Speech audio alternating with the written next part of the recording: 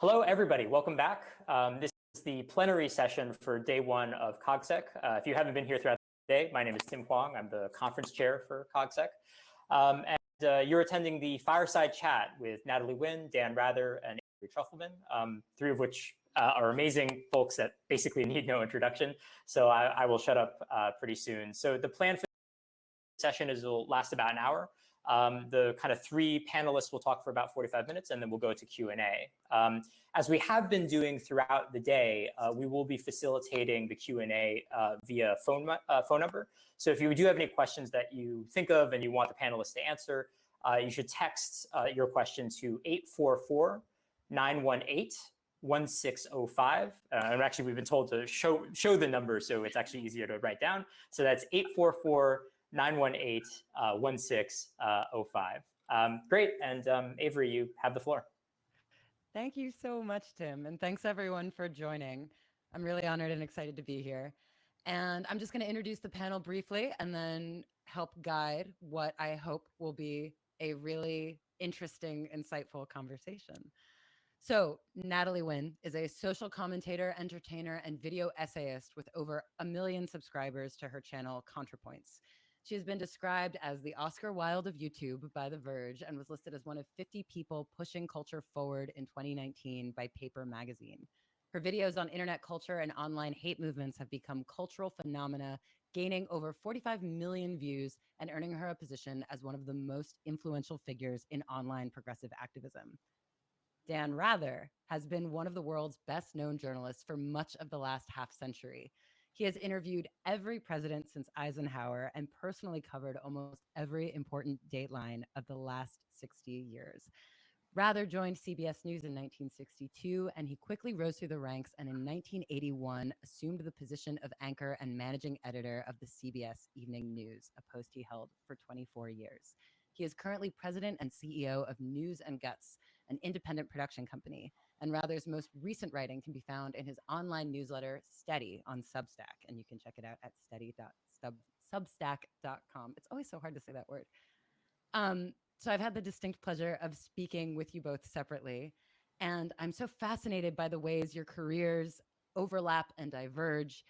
And so I've crafted my questions to try to focus on the Venn diagram where you both meet, and we can kind of use these topics to spark dialogue and questions. And for everyone watching, if you have questions in the course of the discussion, again, the number to text is 844-918-1605. It's like we're on American Idol.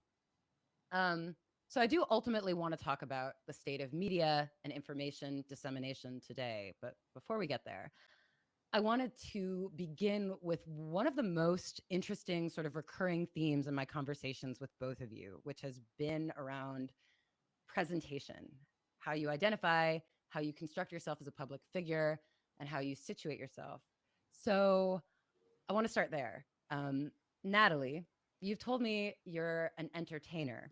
And Dan, I've heard you identify as press rather than media. And I wanted to ask, why make these distinctions? And why do titles matter at all anymore? And I'd like to start with you, Natalie. Well, I say that I'm an entertainer because that's the medium where I'm creating content. I make videos for YouTube, and so I have a YouTube audience in mind.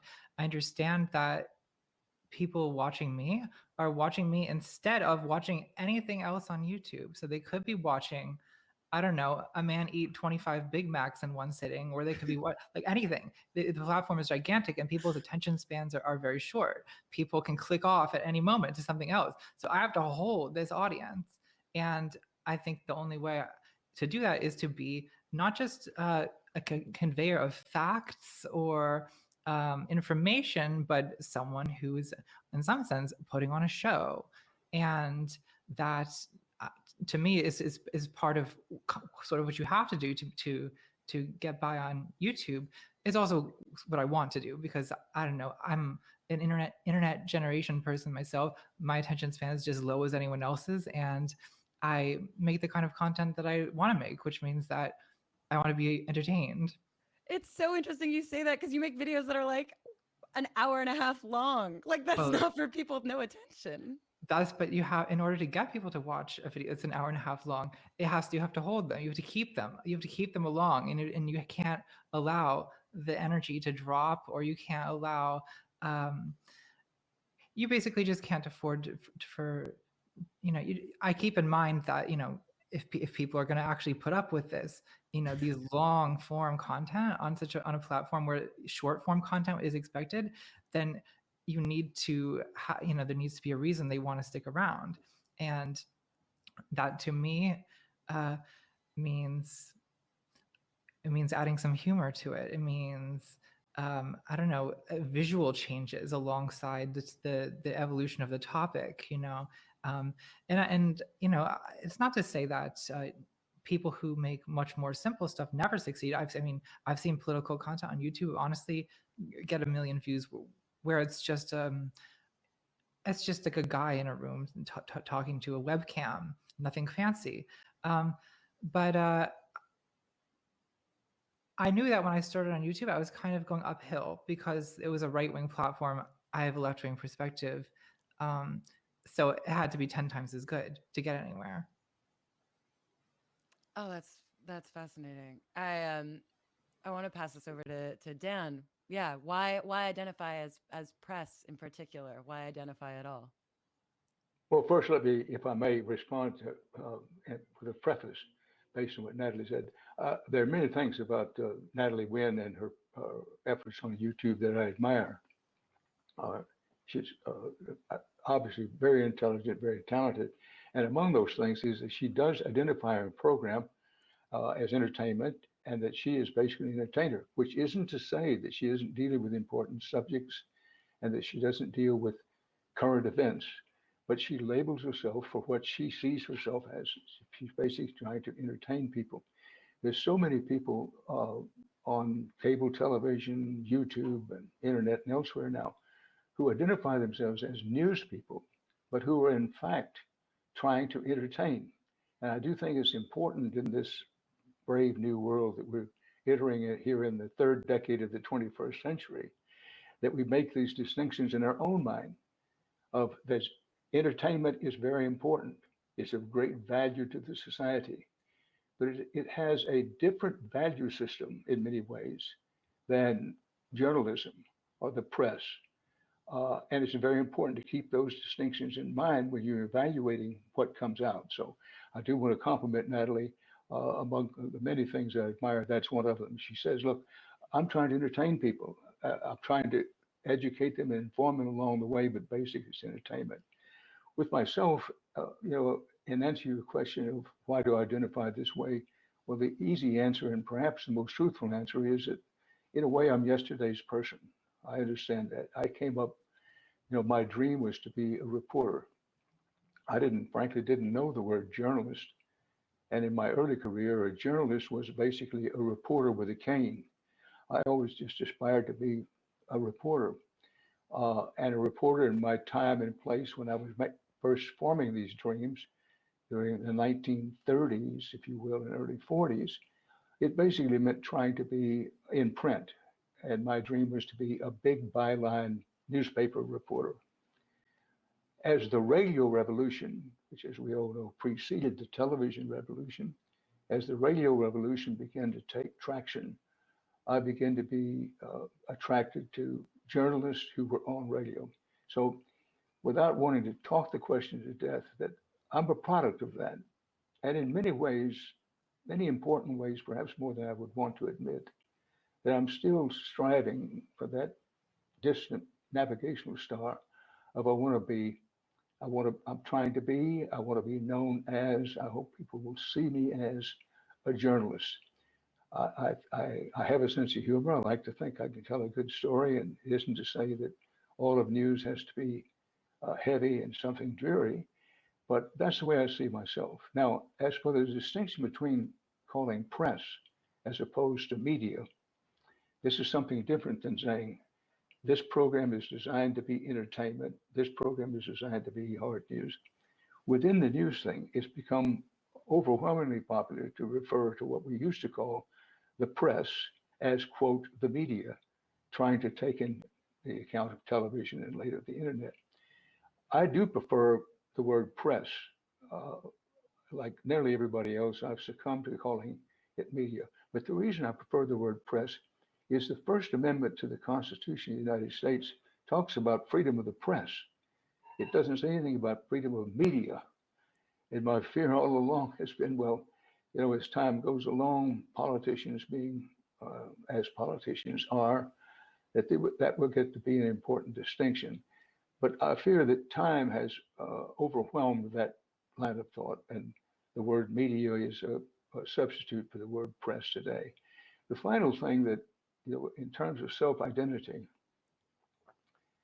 that when people say, well, okay, you're a reporter, you're a journalist, what is it that you're trying to do?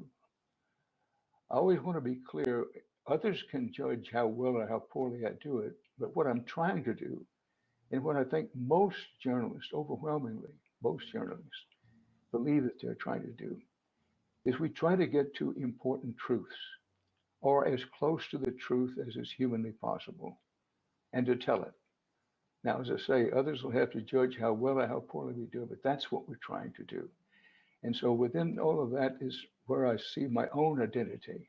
I do recognize, as Natalie, I think, at least obliquely referred to, it's very difficult to know how others see you.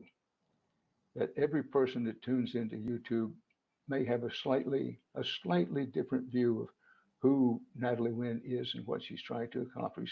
And so it may well be with myself. But that's how I identify myself. That's how I'd like to be known. And I'd like to believe that I earn a reputation as being known as something at least pretty close to that self-identity. I think a point of overlap is so when I say I'm an entertainer, that doesn't mean I'm entirely unconcerned with truth.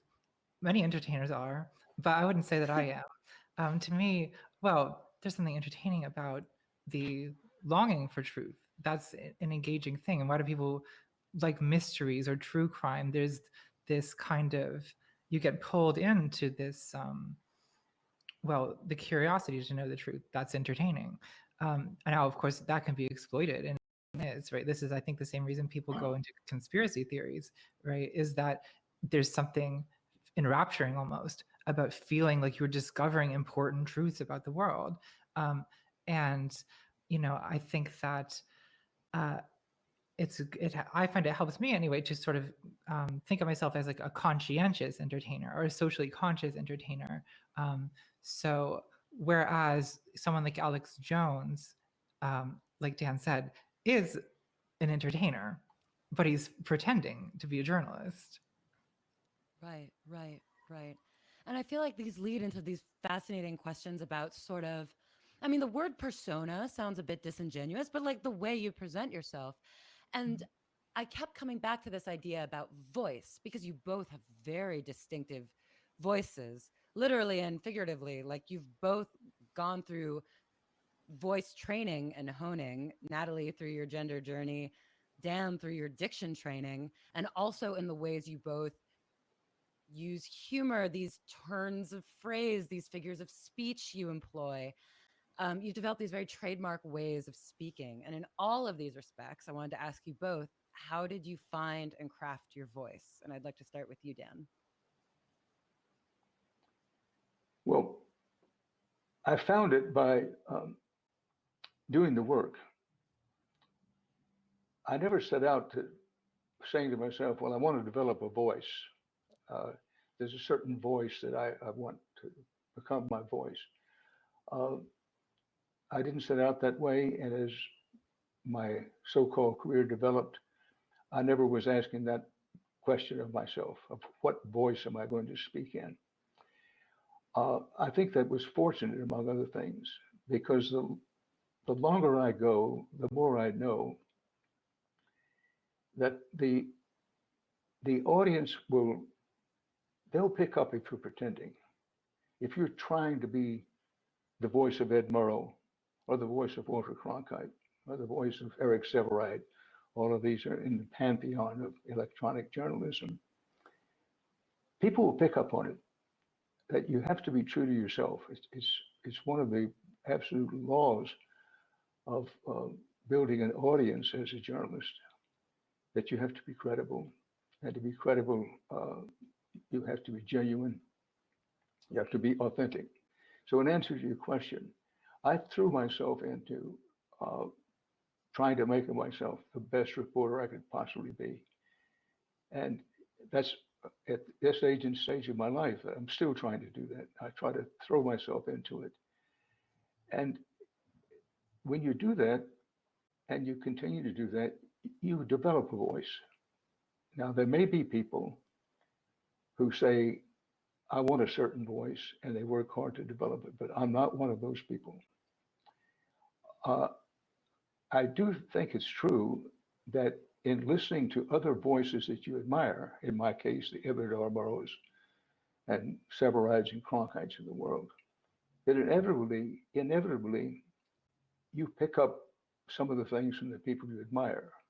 And what am I talking about? For instance, Edward R. Murrow was very well known, and still, long after his passing from Earth, is known for the use of pauses.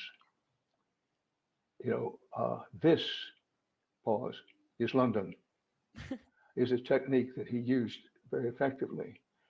Well, in listening to Murrow, and I think it's fair to say that I something close to worship Edward R. Murrow, I noticed these pauses. But I found out it didn't work for me to go out and say, well, okay, tomorrow on my little radio broadcast on KSAM Huntsville, Texas, I'm going to use dramatic pauses. But some of that comes in. And look, I grew up in Texas where I did have an accent. I was very fortunate I didn't have a deep Texas accent, as many Texans do. But for example, saying 10, T-I-N, 10 instead of 10, instead of saying trying instead of trying, that in listening to the great voices of radio, first radio, nobody on radio that I admired dropped their G's or substituted I's for E's.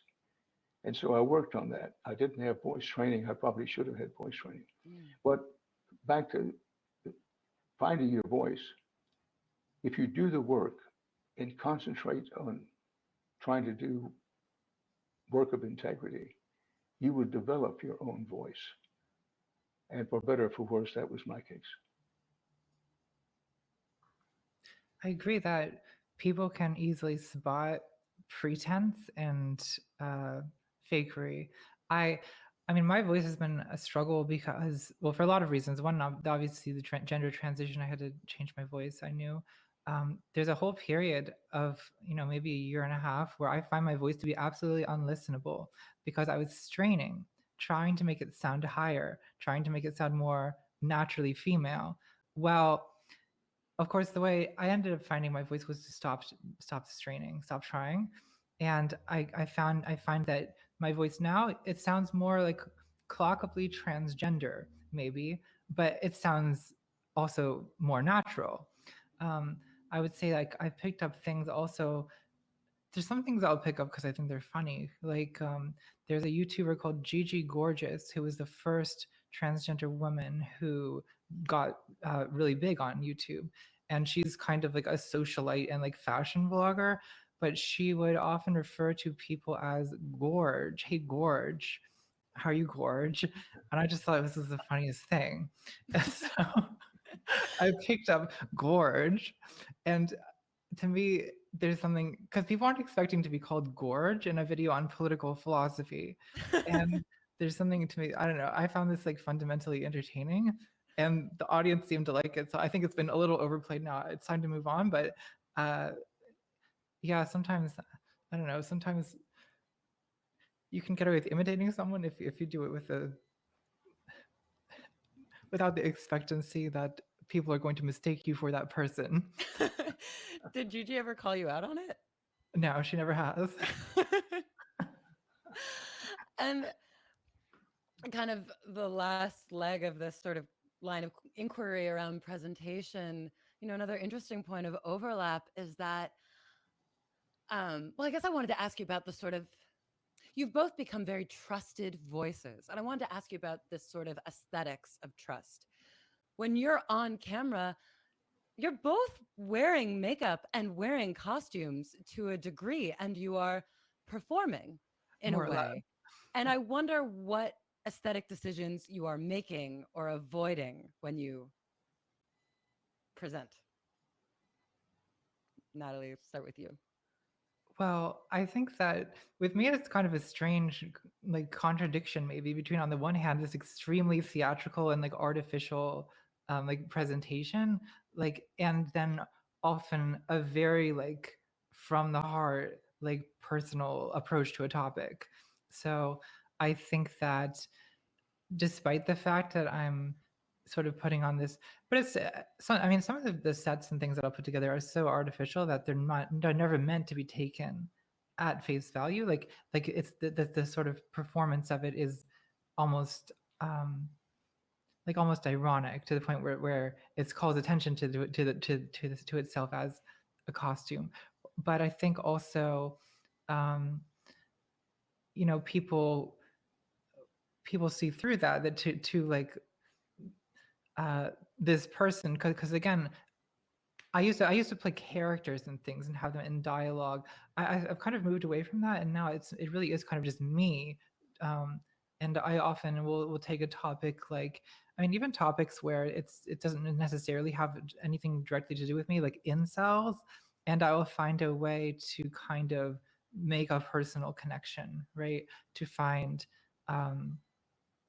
some common ground with these people who otherwise I might not want anything to do with. And that to me also is about building trust, right?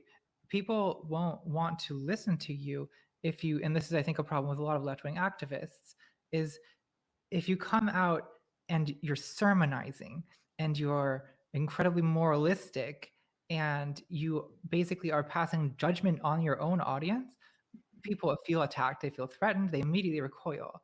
But if you come and you sort of find some place where you can connect, some place where you can say, look, I have some experience in common with you, even though it might not at first seem that way, well, okay, they're with you on that, so maybe they'll come with you on the next step too. Well, it's an interesting question, and on another day, another occasion, perhaps we could do a program about it. But in short, on television, you learn that I wouldn't say you have to do certain things, but it's highly advisable to do certain things. Makeup being an example. It's very common now. Nobody makes anything of it. But when I first started in television, it isn't true that Sam Houston was still alive when I started in television, but it's been a long, long time ago. Oh, you're on mute, Dan.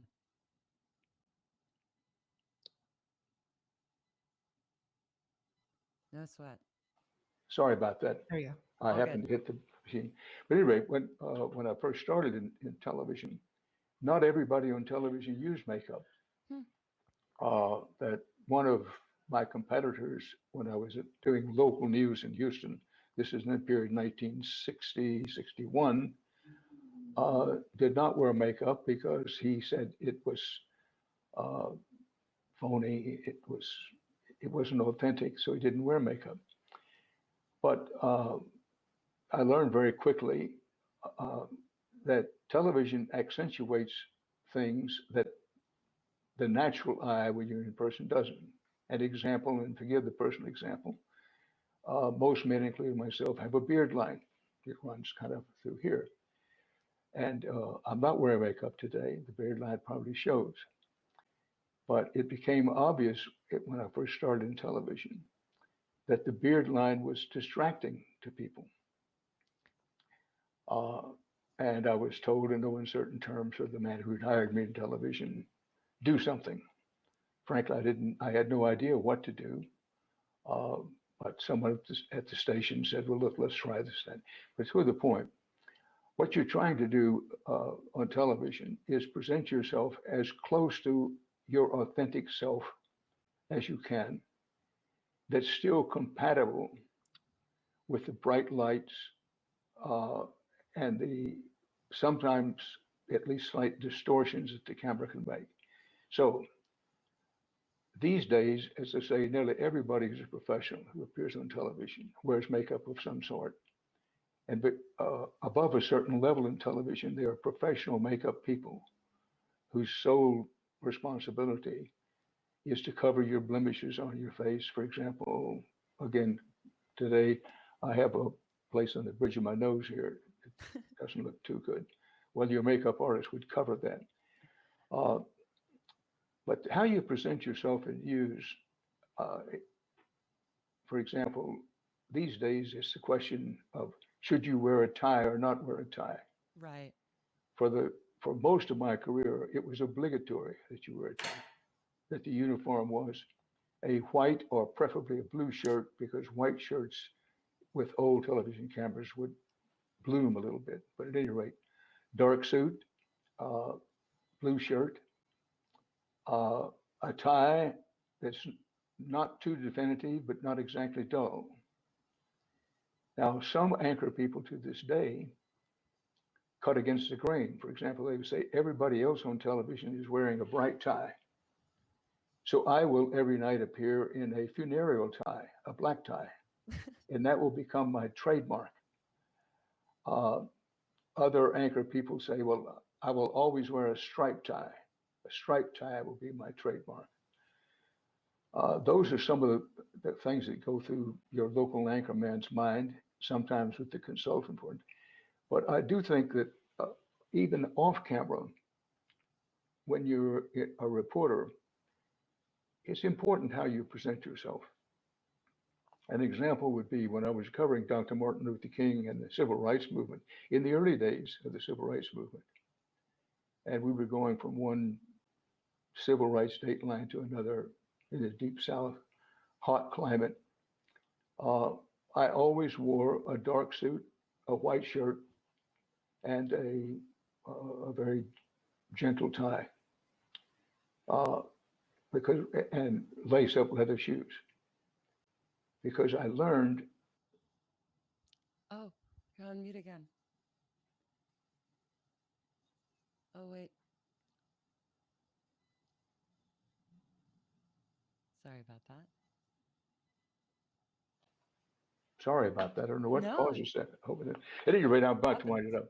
The covering it in the deep South, I found out right away that it was a signal of authority in nearly every southern town and county that the authority figure in that town or county might be the only person in the county that every day wore a suit and shirt and tie, uh, and that if you wore one, those authority figures were much more likely to see you as a person of some consequence, not necessarily authority. By the way, much later, when I was covering the Vietnam War in Southeast Asia, that I found right away if you were going to, let's say, the North Vietnamese embassy in Laos, if you came in fatigues or if you came in casual wear, you would sit outside the secretary's office all day long and never get to see the person you wanted to see. If you wore a dark suit, a white shirt, a dark tie, leather lace-up shoes, you would get shown in right away. So, those are some stories from the field about how you present yourself. Oh my God. Of course, hearing that, I'm just like, oh my God, to have a suit. That would be amazing. I wish I just had this easy pass to everywhere. That's great. A uniform. Yeah. um, but I wanted to ask you both also, you've both told me that you feel sort of stuck in the middle, even though Natalie, you clearly identify as being on the left, and Dan, you identify as not being right wing, left wing, or chicken wing. And you've both been accused of being, conservatives or Bolsheviks. And I wanted to ask you both, um, what level of moderation should you lean into? And when should you buck against it? What are the virtues of quote unquote moderation? Natalie. Well, I try to be moderate, and being moderate is correct. Mm, I, I don't know. I don't think moderation is a virtue in itself, in its own right. I think that that's kind of a fallacy that a lot of people seem to think, is that if you have two sides that disagree, the truth must be the dead center. Or if you have, I don't know, a lot of people seem to think there's like a sort of virtue in being and not, and sort of finding this some kind of golden mean between two. And I think that you know, sometimes that happens to be the case, but I don't think it's because moderation and of viewpoint is inherently the correct position. I just think that sometimes, well, I think that people who have extreme views um, tend to gravitate towards extreme views because they are simple. There's something simple about knowing who's good, who's bad, and to have very stable, clear moral categories. And I guess to me, that's not how the world works. So, you know, I will take, I think, a position that has a lot more kind of reservations or a lot more sort of qualifiers, or I will sort of explore a facet of a question that's considered to be like off limits or taboo. And that's, you know, that's especially something that you run into in kind of activist communities, and including transgender activist communities, is you know, the general hostility from the world often sort of produces this reactive defensiveness to anything that questions anything, right? This sort of very insecure sense of identity, an insecure sense of you know, what the movement is, that if you call anything into question about it, this is received as a threat. So I think that when it comes to, like, you know, transgender communists labeling me a fascist, if that's what you're talking about, yeah, I think that's what that's a product of. It's not necessarily because I'm trying to be moderate for the sake of it. It's simply because I think that the more hardline position is there's just something that's not quite correct about it. Well, you know, this question, the longer you go in journalism, the more this question is going to become very personal to you if you're doing your job. That I don't think that you can consistently do a good job as a journalist trying to please everybody. And there is a great undertow in journalism to try to do that, to try to meet some, quote, objective journalism standard of, listen, I'm right in the middle. I'm in the middle all the time. I have no dog in any fight. And that can very quickly lead to all kinds of problems of false equivalency, for example. So the business of, well, I've given 7 minutes to this politician, so I have to give 7 minutes to his opponent, or some version of that. And journalists of my generation, I don't want to overgeneralize here, but generally speaking, journalists of my generation were taught to try to meet some objective journalist standard. And many of us, including myself, are still trying to do that. Now, there are no doubt people who hear this who will laugh out loud and say, well, listen, I know Dan Rather is a left-wing bomb-throwing Bolshevik of a very low order. And there are plenty of other people who say, listen, Dan Rather is so far right that he makes Ronald Reagan look like a lefty. But after a while, what one develops, so let me say what I've developed, is a feeling of, look, I know what I'm trying to do. I'm trying to be fair. I'm trying to play no favorites, pull no punches. But I'm not going to fall into the trap of false equivalency. I'm not going to deal in euphemisms. The most current, maybe the best example, until fairly recently, in the last 3 or 4 years, using the word lie to describe anything anybody in politics ever said was a no-no. You could use all kinds of euphemisms or other words where you would use the word lie. It was only after Donald Trump began to lie so consistently, so many times every day, that journalists were finally forced to call a lie a lie. A lie being an untruth that the person who tells it knows to be untrue. Uh, so what I've found is that people see your work through the prism of their own prejudices. It's less a case of the journalist's prejudice. Look, we all have biases. We all have prejudices. But the test of a journalist is how hard does he or she try, and how often does he or she succeed in leaving out their own personal biases and prejudices and try to tell it straight. Now, this gets back to what we talked about in the beginning. Well, what are you trying to do? What do you mean tell it straight? You're trying to find important truths and tell them, or as close to the truth as you possibly can. Now, if that means giving one politician 20 minutes on the air and another politician 3 minutes on the air or no time on the air, then so be it. But it is true, and I'm a walking example of it's true. If you take that attitude, the attitude of, look, I don't give a flying flip what they call me or what they want to have people believe I am. I know what I'm trying to do every day. I'm trying to be fair. I'm trying to be as honest as I possibly can. And I'm trying not to play favorites. And the work has to speak for itself. But it's, it's very easy in journalism to suffer the American disease, which Scott Fitzgerald designed as wanting everybody to love you. And particularly when you're on television, it's an advantage to say, well, everybody loves me, Marie. There's not much of a place for that in journalism. Sometimes I joke, it's an old joke of saying, if you're in journalism and you want a friend, you better get a dog. Because if you do the job well, there are going to be people who dislike you.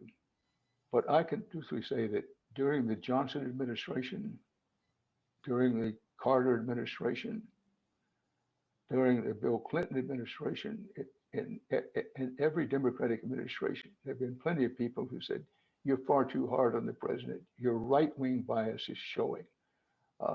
You're a conservative at heart. You come out of Texas, you come out of a bad neighborhood, and you're a conservative guy. When Republicans have been president, it tends to go the other way. I mean, honestly, I wasn't going to ask this question until later, and I was a little nervous to ask it at all, but I'm going to go for it because who needs friends? But I both wanted to know how it felt for you. Both know what it feels like to have your audience turn on you.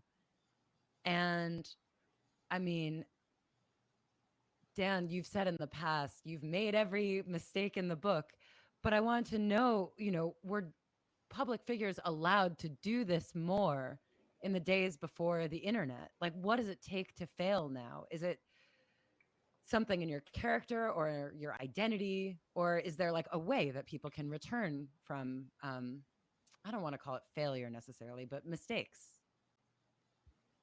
I'll ask you first, Dan. Well, let's let Natalie speak to that first, because Okay. I just had a fairly long run. Well, is it possible? Yes, it is. I think that this is something that I went through a lot. I guess most severely a little over a year ago, when basically I had publicly associated with someone who's considered sort of something of a traitor within trans activist circles. And it wasn't that I said he was my best friend. It wasn't that, I publicly endorsed his views. I didn't. I simply included him in a project as a voice actor. Yeah, it wasn't even his face. Yeah. But I think that, the way that I consider myself essentially to have recovered from this. It was more emotionally difficult, I would say, than anything. But I would say that to me, it's about just trying to do my best every time I come out and make a video. And I feel that if I keep doing it and doing it right, and if some people are saying I'm a raving bigot, I just redouble my efforts to not being a raving bigot. And people will eventually notice that they were wrong when they said that. I think that there's better and worse ways of doing this. Like another YouTuber comes to mind who, I don't want to start drama, but who, you know, after being accused of being racist, immediately came out with a black boyfriend, who it later came out he had like paid money to. This is not the way to do this, right? No, you don't do that. You don't do any cheap public stunts aimed at photo ops, any of that stuff aimed at showing what a great person you are. You simply, keep going, and people will eventually pick up on the fact that your most vicious critics were exaggerating.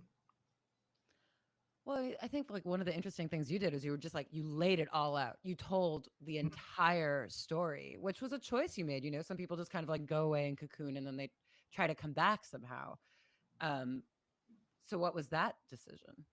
Well, okay, you're right that it's not that just that I kept one, because that is what I sort of had tried to do in the long run. But in this particular case, yeah, I made a video called Canceling where I tried to lay out not just everything that had happened in my case, but the way that I feel these kind of incidents tend to work in general, where sort of escalating series of accusations and generalizations and rumors and abstractions sort of leads from a very specific accusation to a very universal condemnation of an entire person's life and career and personality, which I think tends to happen online, where criticism it sort of metastasizes into this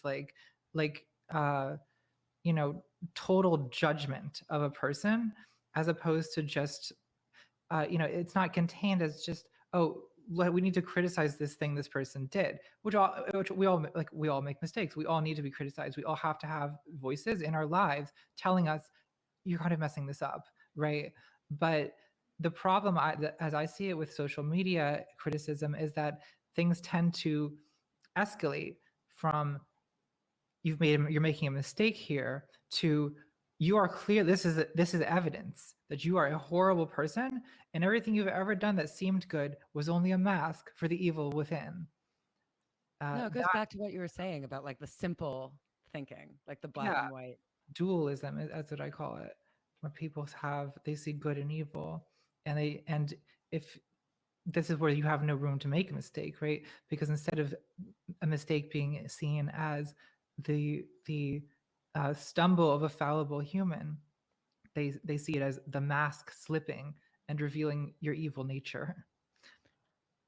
I mean, one last follow-up, and then I definitely want to hear from you about this, Dan. But I mean, when you continue, when as you say, you just kind of like soldier on and try to make better work.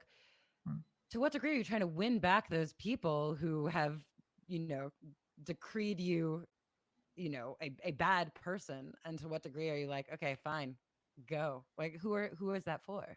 I'm not trying to win back those people. No, I'm kind of trying to show, well, I'm kind of just trying not to be a bad person and taking it on faith, essentially, that if I commit myself to not being a bad person, people will notice. Not everyone will notice. Obviously, some people are always going to hate me, but that's just being a public figure. A lot of people will just hate you, and that's what you have to live with. If you didn't want to be hated, could have been a baker or something. People still find a way to hate you as a baker. Oh, well, there's a lot of canceled bakers. 1-star reviews on Yelp. Dan, what about you? Well, the question was, what does it take to fail now, and is there a way to come back from mistakes? Well, it takes the same things today as it did yesterday and years past to fail. I do think it's more difficult to come back in some ways today with the speed of the internet and the anonymity with which people can say almost anything about you. It's more difficult today. I do want to you pointed out that I have said that, over my career, I've made just about every mistake that can be made. That's in the context of reminding people that journalism is not a precise science. It's a crude art. And even the best among us, and I'm not arguing that I'm the best among us, makes mistakes. And so that was said in that context, that when I've made mistakes, uh, frankly, sometimes they were they took on a personality, a character of their own, had their own sort of life in it, where I questioned whether I could come back. Say, listen, can I come back from this? What a I don't think there's any formula for fighting your way back, but uh, one thing is if you keep on believing in yourself and don't let other people define you to yourself. They may succeed in defining you to other people, but don't let them define you to yourself. Don't succumb to believing what's said about you. And also, what I found helpful, very helpful in fighting my own way back from mistakes sometimes, is to point to the record and say, okay, you're convinced I made a mistake here, and you think it was an unforgivable, terrible mistake. All I'm asking is see it in the context of my full record. Because I do believe, as the coaches always say, you are what your record is. And so if someone considers my whole record and uses that as the context for whatever mistake, real or imagined, that they think I have made, then I'm at peace with that. I'm okay with that. But there's no magic formula in coming back from a mistake. We can spend the rest of the afternoon talking about individual mistakes I have made. Sometimes it's very difficult to put a mistake in context and give it perspective. Now, I don't want to delve into one of the most difficult parts of my own career, but when we reported a story at CBS News about George W. Bush's time with the Air National Guard in Texas, what we reported was true. One, that he'd gotten into the Air National Guard because of his father's influence in order to keep him from having to go to Vietnam. And two, that after at least a reasonable career in the Air National Guard, he just walked away. Nobody does that unless they're specially privileged. That was our story, and it was a true story. Getting to that story, as part of the support of that story, we used a document which we believed we had proven beyond any reasonable doubt was true. Others felt the document was not. In retrospect, it may have been a mistake to use the document. By the way, to this day, nobody has yet proven the document was not what it purported to be. But at any rate, what we didn't do, the big mistake on that story, was to realize how powerful the forces who didn't want that story out or believed would be. That the full power of the presidency was turned against us, and they turned a lot of public opinion against us. So that's the rough outline of the story. The basic thing is we reported a true story, but in the process of getting to the truth, we made some mistakes. And there were those who said, you'll never come back from that mistake. I never believed it, and it turned out not to be true. But I do think that one reason that those of us who were involved in the story, were able to survive it was to be able to say, look at the record, look at my record, look at the record of CBS News, and make up your mind. If you believe this was a mistake, do you believe it was a calculated mistake as our enemies are casting it? But I come back to, for anyone who's listening to this and saying, I want to know how to come back from a big mistake in the era of the internet. There's no magic way to do it, but I do come back to be true to yourself, believe in yourself, be authentic, and keep working.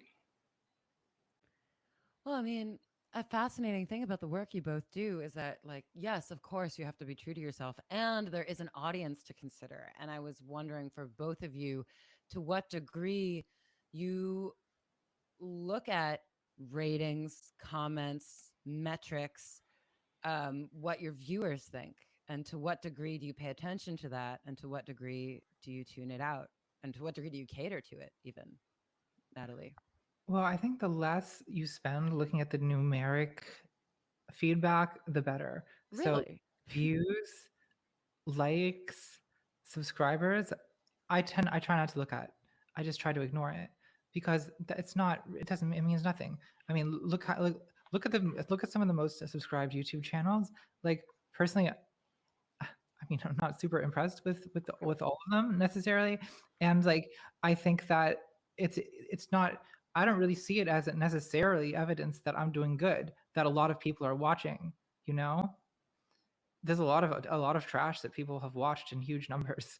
So this is not necessarily positive feedback. I love reading comments. I will say I tend to read like a large percentage of the comments that people leave. So that to me is more interesting because I want to know what people have to say. And so, yeah, I would say most of the YouTube comments that I got.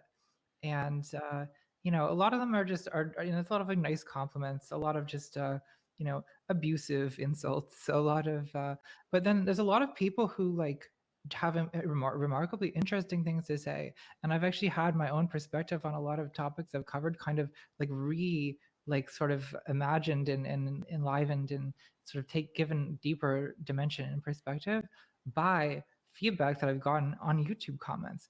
People are remarkably generous in terms of just like they'll write you 4 paragraphs of their own perspective on something, and sometimes it's actually wonderful to have that perspective. So I will defend the YouTube comment section. That's my controversial opinion today. Wow. Dan, I think you told me never read the comments. I think you're like school no comments. Well, I do read comments. Okay. But I try not to spend as much time as I once did reading comments. I do agree with Natalie that when you read the comments, there's a lot to be learned from that. But when I first got into social media, I found myself almost addicted to the comments, and I was finding that it was interfering with my real work. That when I totaled up the number of minutes, the number of hours that I spent reading comments, I was saying, for every hour I'm doing that, I'm not writing. So I try to discipline myself. But a couple of things that I can't say truthfully, so therefore I'm not going to say that I pay no attention to the numbers. I wish I could tell you that I just ignore them completely. I don't pay any attention to what our distribution is. I do, but I can say that I pay as little attention to it as is humanly possible for me to do so, because I don't want to fall into the trap of trying to write what I think will get the most attention or draw those numbers. I consider that a fatal trap, so I try very hard to avoid it. But I started to say no one, but certainly I can't resist it completely. It's a little like when I was doing the CBS Evening News, for example, in television. You were supposed to tell everybody, oh, we don't pay any attention to ratings or demographics. We're journalists, we're a hard news outfit, and we don't pay any attention to that. Well, that was untrue, and therefore I learned fairly early on not to say that.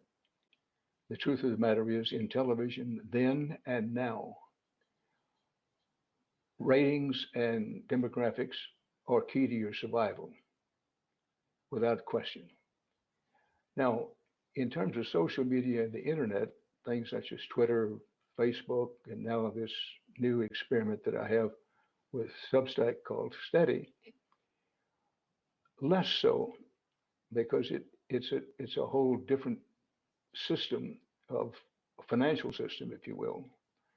That Twitter and Facebook, if you find a way to make a living out of Twitter and Facebook, call me collect, because I just don't think it can be done. YouTube is a different matter. But subscription models such as Steady on Substack have the potential of nobody's going to, that I know of, is going to get wealthy out of it, but you might find that you could financially sustain yourself on it. And therefore the numbers of people who subscribe become important. But we've kind of wandered away from it. I do think that there's a real trap, and frankly, a lot of younger journalists and people who aspire to be journalists, I think, fall into it. And that is, say, look at what's drawing the numbers on Facebook or Twitter. Look at what's drawing on the numbers and try to build your own career and reputation by mimicking what has already worked. As far as I can make out, that sometimes works in the short run, but it rarely works in the long run. And that's to say nothing of what you have to think of yourself if you fall into that trap. Thank you both. I mean, I have so many more pages of questions, but I also want to open this up to the audience and do the little telethon thing. If anyone has any questions, the number to text is 844 918 1605. Again, that's 844 918 918 1605. And we have one question that dovetails really nicely with this. Question about money and business models, because you both are, using subscriber audience supported funding. Someone in the audience asks, how do you balance the need to find and maintain an audience with the warped incentives of the platforms you have to use? So I'll say that what those incentives are really depends on how you are making money. And I think, it's kind of an old Marxist point that, the economic base is what determines the cultural output in some sense, right? I think that one reason I'm able to be a little bit indifferent about YouTube statistics is that my livelihood is mostly from Patreon. So I'm getting paid through fan funding. And I know that those people will be here whether or not the video, breaks whatever milestone number we want to say, 2 million views or whatever, right? I don't need to shoot for that because I know that I can get away with making a video that doesn't perform as well. And I will still be, I will not be out on the street. There are people who depend though on ad revenue. And that's an extremely different model. So those people, the incentive is to get as many clicks and views as possible by whatever means necessary. I think that produces an incentive to make lower quality work because you need to rush things out. You need to make lots of it. You need to get clicks, but not necessarily be interesting. Whereas I like fan funding. I like fan funding a lot because I think that it incentivizes creators to make content people are willing to pay for. I think that incentivizes you to make higher quality content. So for me, like Patreon has been a very positive change in the way that people are able to make a living by making content online. So choose your business model based on what kind of work you want to create. Well, as for myself, how do I balance the need to find and maintain an audience with the questioners had the warped incentive of the platforms you have to use? Well, in my own case, that I don't make any money out of anything that I do on the internet. I'm in a position that I finance it myself, and I don't depend for financing on anybody else. Twitter, Facebook is out of my own pocket, out of what I've earned along the way. With this effort with Substack and Steady, it's free, but we've encouraged people to help us put it on a sound financial basis because I can't continue to finance everything I'm doing simply out of my own pocket. So, in that sense, I'm fortunate to be able to do that. But if I'm going to build on what we have, if I'd like to hire some reporters, for example, I'd like to pay some of the people who already work for me. I'd like to pay them much better. I'd like for them to have something they look forward to and share with. So, but it's a different model for me. And I recognize how lucky and blessed I am to have it, that I don't have to depend on any incentive on any of the platforms that I have. But to sustain it going forward, I need people's help. So that's why I say, look, this is free. But if you can afford $1 or $5 or what have you, I don't like to be in that position, but that's the position I'm in. But that's quite a bit different than having to depend to make a living out of it. And there's where the temptation to the incentive of the platforms comes into play in seeking to find an audience. But I'm in I wouldn't say a special position, but perhaps a special category in which I don't have to do that because I can support what we're doing on my own for at least a little while longer. And I think while we're talking about this sort of intersection of content and funding, I'm really curious for both of you how you choose what to cover. Because, like, Dan, you covered Trump's bid for office in 1999 before anybody cared. And you covered the anti vax movement in 2004. Like, these things that seemed weird and seemed niche. And, Natalie, you've been delving into the dark subcultural corners of the internet forever. And, like, what is the fine line between, when is it niche and when is it news? And when are you giving someone a platform that might be dangerous? And when is it important for people to know? Well, I admit that I will, when I'm choosing a topic, I will balance the need to cover a topic that people already are familiar with and will want to watch with something that I'm kind of taking more of a risk on, something that I want to bring to people's attention. So I decided to do my last video on J.K. Rowling. Like, I'm happy to admit part of the decision to do that topic was like, well, this is relevant to a lot of other things that I want to talk about. And the notion of some feud between me and J.K. Rowling, oh, people are going to want to watch that. Right. Like, so yeah, sure. I am aware, obviously, that certain topics are going to be more like clickbaity than others. But I've also, I made a video a couple years ago. The title of the video was just The Aesthetic. That is anti-clickbait. Or I made a video called Opulence. Anti-clickbait. No one knows what that means. No one knows what that video is going to be about.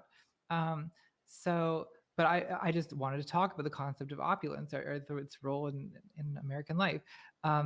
And so to me, that was worth, I knew it was not going to get as many views. But to answer the second part of your question, which was about platforming, that's something I've had to consider more and more as my platform has grown. When I first started, I didn't worry about this at all. Like, I made a video, one of the early videos I did that was successful. It was like a video response to this other YouTuber. I feel like I can't even say his name now. Like, he was a Swedish bodybuilding Nazi, and he had made these videos, promoting Nazi ideology. And also his like fantasy role play like costume. It was a very interesting stuff to me. And I kind of like, I was sort of parodying him while also responding to these like white nationalist talking points. But now, like, if I made that video now, like, I would be making this person famous. And in fact, I would be I would be doing him a favor, right? By basically bringing a lot of attention to this person. And so that's something that I'd have to consider. Like, do I want to make this, do I want, to bring 1 million people to this random Nazi YouTuber? Probably not. Which is too bad because it was fun to be able to do that kind of thing. But yeah, you have to, and you also, you don't want to be like, you have to be careful when you're an internet personality. Like, if you criticize someone or you make them look ridiculous in your video, like, you're sending a mob to go attack them. That's a responsibility that you have to be very thoughtful about.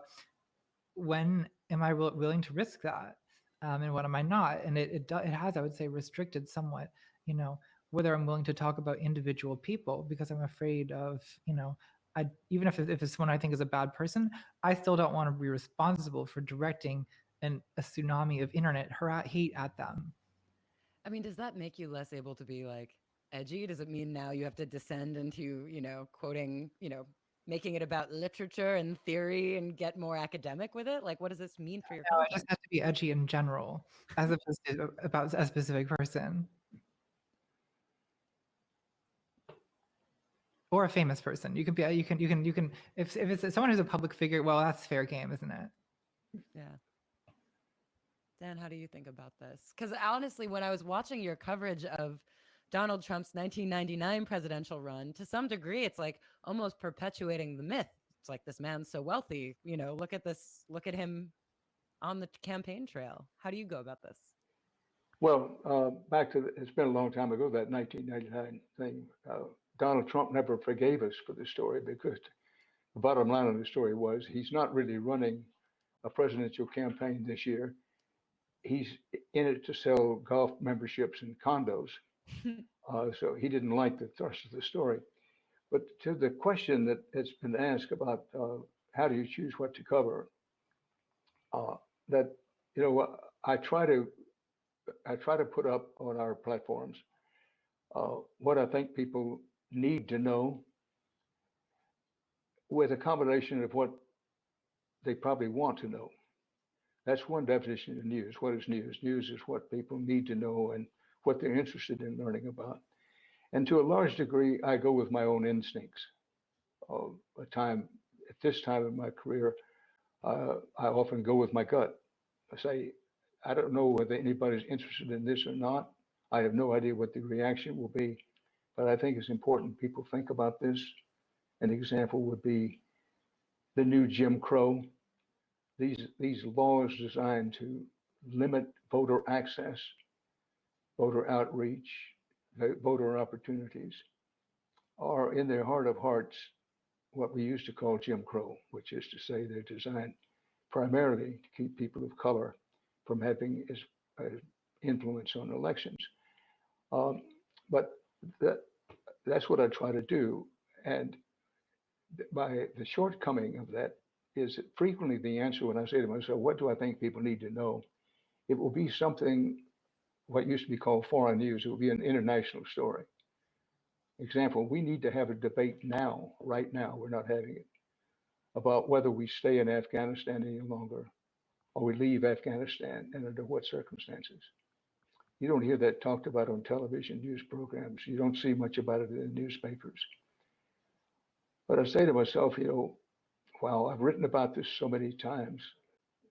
I've been to Afghanistan, I think, 14 times for various lengths of stay. And I think I could give some context and perspective to that story. But I find myself shaking my head and say, international news, foreign news, on time after time after time, it just shows if you're looking for an audience, they're not going to be there for it. But back to the question, how do you choose what to cover? I use my experience and my instincts and pretty much go with my gut, what I think people need to know, and combined with sometimes what I think they want to know. And I guess, as we finish up here, God, I have a million more questions for you both. But I guess, we've talked a lot about strategies and approaches and sort of guiding principles. But I wonder, what is it all in service of? What is sort of the larger purpose and the larger project you're working towards? It's easy. I'm going to make some wrong guesses and you can correct me. But Dan, it strikes me like you are invested in the project of the American experiment. And Natalie, I feel like you're invested in the project of dismantling capitalism. I don't know. I guess I'm curious what your larger projects sort of are. And if you have one, what you see. To what degree is it about progress and to what degree is it about disruption? Well, I find it funny that people's read on my channel is so often that my project is dismantling capitalism. Not really a topic that I cover very often, but I don't know. I guess I'm like a trans person and I'm talking about not and fascism. So people say, well, that's probably a communist. I mean, I guess I would consider myself to be a kind of like Bernie Sanders-esque, like social democrat, really. But I think that if I have a political goal, it's creating a society that is more inclusive and more fair. And if that involves a certain amount of dismantling capitalism, well, so be it. But I would say that I wouldn't, I don't have I don't really have a revolutionary like socialist agenda per se. I just think that, you know, in some ways, maybe the sort of the economic project of addressing, you know, why is the minimum wage still $7.50 when the price of everything else keeps going up? You know, that affects a lot of these other issues. And, you know, if you want to talk about the kind of social justice topics, you know, Black Lives Matter, you know, movement for LGBTQ equality, that kind of thing, like, yeah, then, you know, poverty intersects with these other issues. It's not one thing I hate about the left is this like this strange notion of this civil war between like the like Marxist economic leftists and the like identity politics like social justice warrior leftists.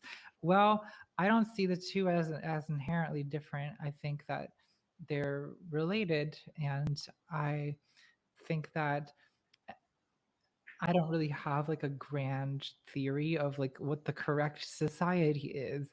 I think a, that's for academic philosophers to deal with. I'm much more practical thinking. I see immediate problems that are in front of me, and try to address those. I'm happy to let someone else do the systemic theorizing. Well, as for myself, a larger purpose, and I'm pausing because I don't want this to be taken the wrong way, but you know, at least in some small, perhaps even microscopic way, I'm hoping to help my fellow Americans make of our country that quote more perfect union. You know, this has been the goal since the beginning of the country, that to realize that we're not perfect, we're not going to be perfect, but we have to always be striving, ever striving for a more perfect union. So I'd like to, or at least I can hope that whatever I do contributes to that. And I do see it as one purpose for what I do. Uh, Another purpose, quite frankly, is to keep myself engaged. That I have a lot of vulnerabilities, a lot of weaknesses, but I'm curious. I'm a curious person, and I like to keep learning and keep knowing.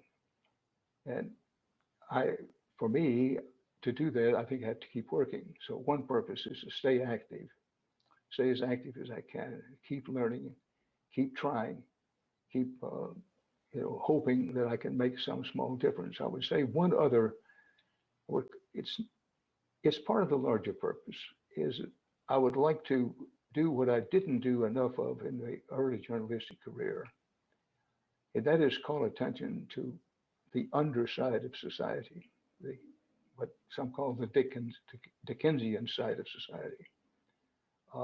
Report on the hungry, the homeless, the heartbroken, the hopeless, the voiceless, that they don't get nearly enough coverage.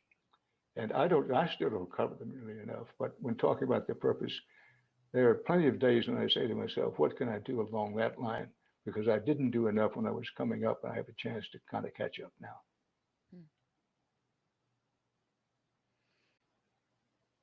I mean, I know we should probably wrap up, but can I just ask a follow-up about that? Because you've both talked about the limitations of Twitter. You know, not everyone's on there. Like, not everyone's on the internet. And now we're all stuck in our homes, and we're all, you know, we're all here using this proxy for reality and to be with each other. And how can you report and uplift and interrogate the underserved, the ones who aren't listened to, within the context of modern media?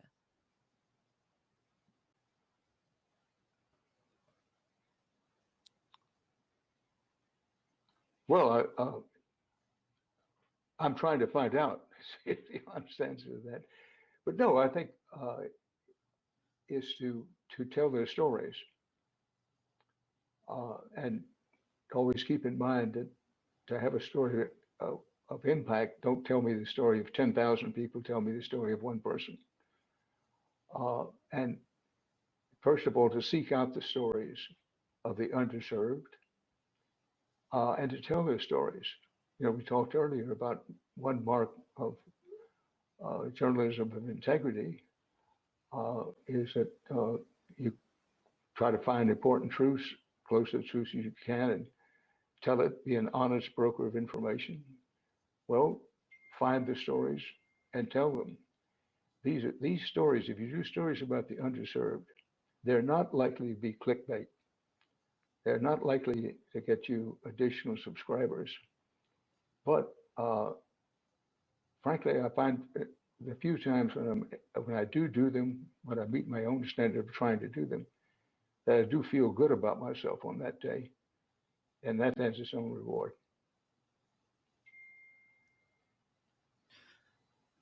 I think that there's only so much an individual person can do. You have to sort of be realistic about, you know, I'm not going to save the world with my YouTube videos. I'm just not. But you see what's, you know, you find what you're good at and what your skills are. And, you know, I think that the thing that I feel that I'm able to do that's good for the internet or for, you know, my country is I think that I have a kind of, I guess, knack for standing up to bullies. And I like almost I could take a sort of like negative approach to like to helping people, which is that I find who's causing the most damage, and how do we not disempower and decrease the power, you know, how do we fight this? I think that's, you know, maybe at some point I'll pivot and realize that, oh, I've made this mistake by neglecting to be uplifting other voices. That's possible, and that is a criticism some people had of me. But I would say that for the most part, my content is focused on it's, you know, what are powerful people saying to push others down, and why is that? So why are those people being listened to? How do we create a sort of a different story that has resistance to these kinds of, you know, because often it's very complacent. People are, it's very easy when you have like, you know, protests against police brutality, for example. I think it's very easy for a lot of people to see that and think, I don't like this. Why are they making? I don't like the chaos. I don't like the disruption. Why can't we just let things be the way they are? The target, yeah. If people are being killed by the police, well, then just don't break the law. It's fine, you know. And I think that I see that kind of thing going on, and I would say, well, hold on, let's maybe let this issue breathe a little longer than that. So I'll try to fight the like sort of reactionary impulse that I think people have to kind of want to shut down anytime someone is you know, confronting, or anytime someone is kind of interrogating the way things are. That's a very interesting point. I'm glad you raised it, Natalie. And I would just say amen and underscore that holding the powerful accountable for the way their acts or inaction affect the underside of society, the underserved. An example right in front of us, when this almost historic wicked winter weather struck Texas very recently. And almost, well, there were some exceptions, but almost without exception, the powerful ducked and dodged and blamed other people and wanted to change the subject. And an important role of journalism is to hold them accountable. It's one thing to talk, as I like to talk about, how their actions and inactions adversely affected the most destitute among us, but also affected almost everybody negatively in one way or the other. It's important to remind them, sir and madam, people in power, what you did years ago, what you did months ago, and what you failed to do when the trouble hit, you must be held accountable for it. And it's one of the most important roles of journalism. I'm glad you raised it. Well, Thank you both so much. I mean, I wish we could just keep talking, but I want to be mindful of all the generous time you've already given. And thank you for everyone who's been watching and joining all day and for this conversation. And thanks for having us, Tim. It's really been incredible. Thank you. Definitely. Oh, it's been so nice talking. Yeah, Natalie, Dan, thank you. And my video isn't coming on, but can you hear me all right? Yeah. Great, perfect. And Avery, thank you for moderating. So that closes COGSEC for today. We will be reconvening at noon Eastern tomorrow, and we've got another action-packed day of sessions, everything from media forensics to tracking neo-fascist actors. So if you're interested in any of that,